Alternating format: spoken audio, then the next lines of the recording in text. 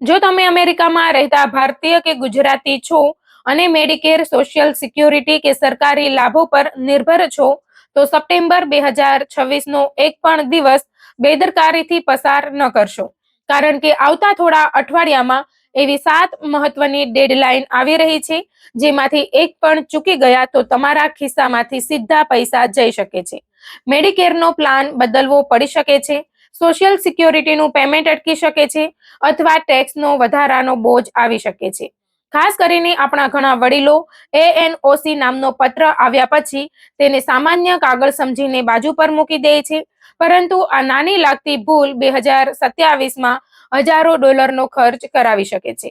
એટલે આજે આ સમાચારને અંત સુધી ધ્યાનથી સાંભળજો, કારણ કે છેલ્લા મુદ્દામાં એવી માહિતી છે જે ખાસ કરીને ડિસેબિલિટી બેનિફિટ્સ માટે રાહ જોઈ રહેલા લોકો માટે ખૂબ જ મહત્વની બની શકે છે. સૌથી પહેલા વાત કરીએ મેડિકેર એડવાન્ટેજ અને પાર્ટ ડી ધરાવતા લોકોની. દર વર્ષે 1 સપ્ટેમ્બરથી 30 સપ્ટેમ્બર વચ્ચે તમારા પ્લાન તરફથી તમને એન્યુઅલ નોટિસ ઓફ ચેન્જ એટલે કે એએનઓસી પત્ર મળવાનો હોય છે. આ પત્રમાં 2027માં તમારા મેડિકેર પ્લાનમાં શું બદલાવ આવવાનો છે તેની મહત્વની માહિતી હોય છે. ઘણા લોકો પત્ર ખોલીને થોડું વાંચે છે અને પછી તેને ફાઇલમાં મૂકી દે છે. પરંતુ અહીંથી મોટી ભૂલ થઈ શકે છે, કારણ કે તમારી દવાઓની કિંમત બદલાઈ શકે છે. કોઈ દવા તમારા પ્લાનની યાદીમાંથી બહાર થઈ શકે છે. દવા વધુ મોંઘા ટાયરમાં જઈ શકે છે. તમારા ડોક્ટર અથવા સ્પેશિયાલિસ્ટનું નેટવર્ક બદલાઈ શકે છે અને માસિક પ્રીમિયમ પણ વધી શકે છે. માનો કે આજે તમે કોઈ દવા માટે ઓછો કોપે આપો છો અને આવતા વર્ષે એ જ દવા ઊંચા ટાયરમાં જતી રહે, તો દર મહિને વધારાનો ખર્ચ થઈ શકે છે અને આખા વર્ષમાં આ રકમ ઘણી મોટી બની શકે છે. એટલા માટે એએનઓસી પત્ર આવે ત્યારે ખાસ કરીને 3 વસ્તુ ચેક કરજો. તમારી બધી દવાઓની યાદી તમારા ડોક્ટર અને હોસ્પિટલ નેટવર્કમાં છે કે નહીં, અને 2027નું પ્રીમિયમ તથા અન્ય આઉટ ઓફ પોકેટ ખર્ચ કેટલો છે. અને અહીં એક વાત ખાસ યાદ રાખજો, માત્ર તમારો પ્લાન આ વર્ષે સારો હતો એટલે 2027માં પણ સારો જ રહેશે એવું માનશો નહીં. હવે આગળની માહિતી સોશિયલ સિક્યુરિટી મેળવનારા વડીલો માટે ખૂબ જ મહત્વની છે. 2027નું કોલા એટલે કોસ્ટ ઓફ લિવિંગ એડજસ્ટમેન્ટ કેટલું રહેશે તેની સત્તાવાર જાહેરાત હજુ થઈ નથી, કારણ કે અંતિમ ગણતરી માટે સપ્ટેમ્બરનો CPIW ડેટા પણ જરૂરી છે. હાલના અંદાજો લગભગ 3.4 થી 3.6% આસપાસના વધારાની સંભાવના બતાવે છે. એટલે સરેરાશ સોશિયલ સિક્યુરિટી લાભ મેળવનાર વ્યક્તિને દર મહિને આશરે $72 જેટલો વધારો મળી શકે તેવી ચર્ચા છે. પરંતુ અહીં એક મોટો સવાલ છે, લાભ વધશે તો શું આખા વધેલા પૈસા તમારા હાથમાં જ રહેશે? જવાબ દરેક માટે એક સરખો નથી, કારણ કે સોશિયલ સિક્યુરિટી બેનિફિટ્સ પર ફેડરલ ઇન્કમ ટેક્સ લાગવાની ગણતરીમાં આવકની મર્યાદાઓ લાંબા સમયથી બદલાઈ નથી. એટલે કોલા વધવાથી કેટલાક લોકોની પ્રોવિઝનલ ઇન્કમ વધી શકે છે અને તેઓ પહેલા કરતા વધુ લાભને ટેક્સેબલ ઇન્કમમાં ગણાતા જોઈ શકે છે. એટલે જો તમે સોશિયલ સિક્યુરિટી સાથે pension, IRA, withdrawal, rental income અથવા બીજી આવક મેળવો છો, તો 2027 માટે તમારી ટેક્સ સ્થિતિ ફરી તપાસવી સમજદારી છે. ખાસ કરીને 2026માં લાગુ થયેલા નવા સિનિયર ડિડક્શન જેવા ફેરફારોને ધ્યાનમાં રાખીને તમારી પોતાની પરિસ્થિતિ પ્રમાણે ગણતરી કરાવવી જરૂરી છે. હવે આવીએ એવા લાભ પર જે ઘણા મેડિકેર એડવાન્ટેજ સભ્યો ઉપયોગ કર્યા વગર જ ગુમાવી દે છે. OTC એટલે ઓવર ધ કાઉન્ટર અલાઉન્સ.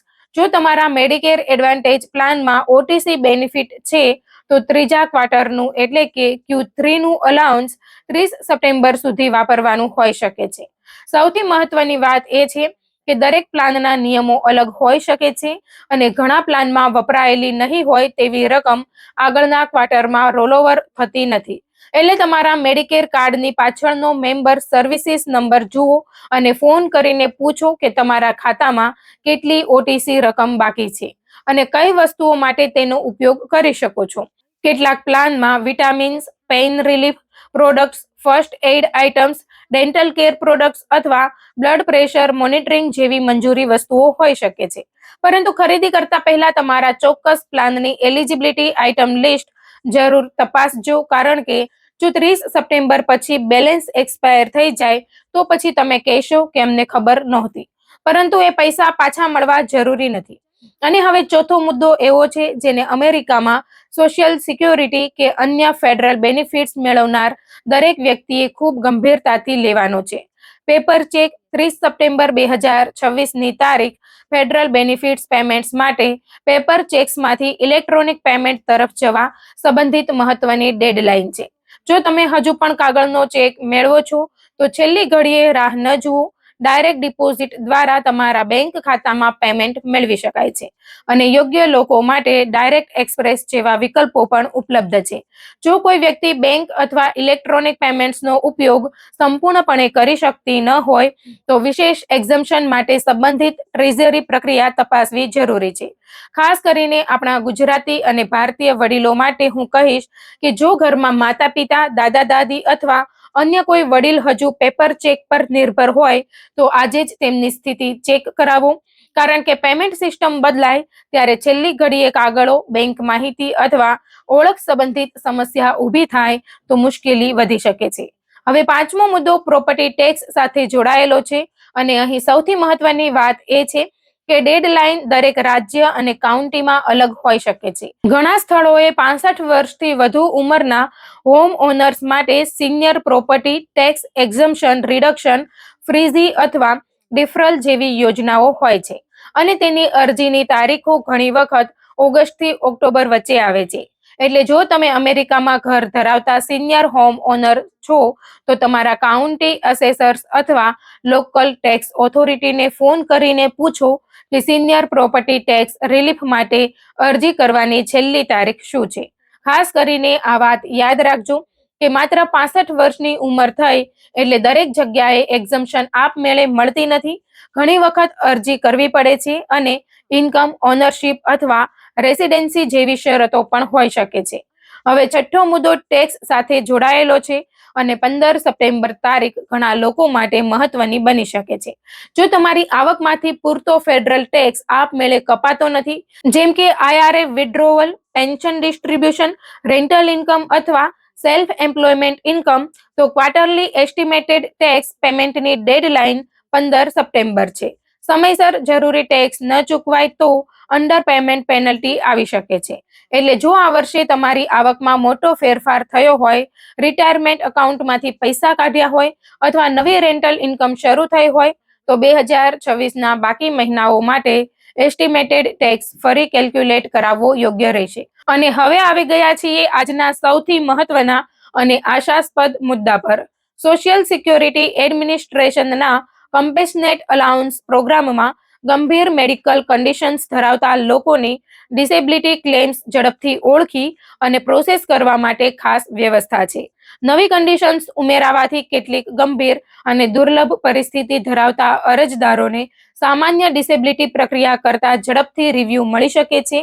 જો તમારા પરિવારનો કોઈ સભ્ય ગંભીર બીમારીના કારણે સોશિયલ સિક્યોરિટી ડિસેબિલિટી બેનિફિટ્સ માટે અરજી કરવા જઈ રહ્યો હોય તો SSAની ઓફિશિયલ કમ્પેશનેટ અલાઉન્સ લિસ્ટ તપાસવી ખૂબ જરૂરી છે. માત્ર નામ સાંભળીને પોતે એલિજિબલ છો એવું માનવું નહીં, પરંતુ તમારી ચોક્કસ મેડિકલ કન્ડિશન ઓફિશિયલ લિસ્ટમાં આવે છે કે નહીં તે તપાસો અને અરજી કરતી વખતે યોગ્ય મેડિકલ ડોક્યુમેન્ટેશન આપો. અમેરિકામાં રહેતા ભારતીયો અને ગુજરાતીઓ માટે આખા સમાચારનો સૌથી મોટો સંદેશ એ છે કે સપ્ટેમ્બર 2026ને માત્ર સામાન્ય મહિનો સમજીને પસાર ન કરશો. મેડિકેર ધરાવતા હોય તો ANOC પત્ર વાંચો, તમારી દવાઓ અને ડોક્ટર્સનું નેટવર્ક ચેક કરો. OTC બેનિફિટ હોય તો તેની ડેડલાઇન તપાસો. સોશિયલ સિક્યોરિટી મેળવો છો તો 2027 ખોલા અને તમારી ટેક્સ સ્થિતિ સમજજો. પેપર ચેક મેળવો છો તો ઇલેક્ટ્રોનિક પેમેન્ટની વ્યવસ્થા કરો. સિનિયર હોમ ઓનર હોય તો પ્રોપર્ટી ટેક્સ રિલીફ વિશે કાઉન્ટીને પૂછો અને એસ્ટિમેટેડ ટેક્સ લાગુ પડે છે તો 15 સપ્ટેમ્બરની ડેડલાઇન ભૂલશો નહીં. અને ડિસેબિલિટી માટે અરજી કરનાર વ્યક્તિ હોય તો કમ્પેશનેટ અલાઉન્સીસની એલિજિબિલિટી તપાસો. એક વાત ખાસ, આમાંથી કેટલીક તારીખો અને નિયમો તમારા રાજ્ય, કાઉન્ટી અથવા ચોક્કસ મેડિકેર પ્લાન પ્રમાણે અલગ હોઈ શકે છે. એટલે કોઈ પણ નિર્ણય લેતા પહેલા ઓફિશિયલ એજન્સી અથવા તમારા પ્લાન એડમિનિસ્ટ્રેટર પાસેથી માહિતી ચકાસવી જરૂરી છે. કારણ કે અમેરિકામાં એક નાની ડેડલાઇન ચૂકી જવાથી ક્યારેક પૈસા, બેનિફિટ્સ અને સમય ત્રણેયનું નુકસાન થઈ શકે છે.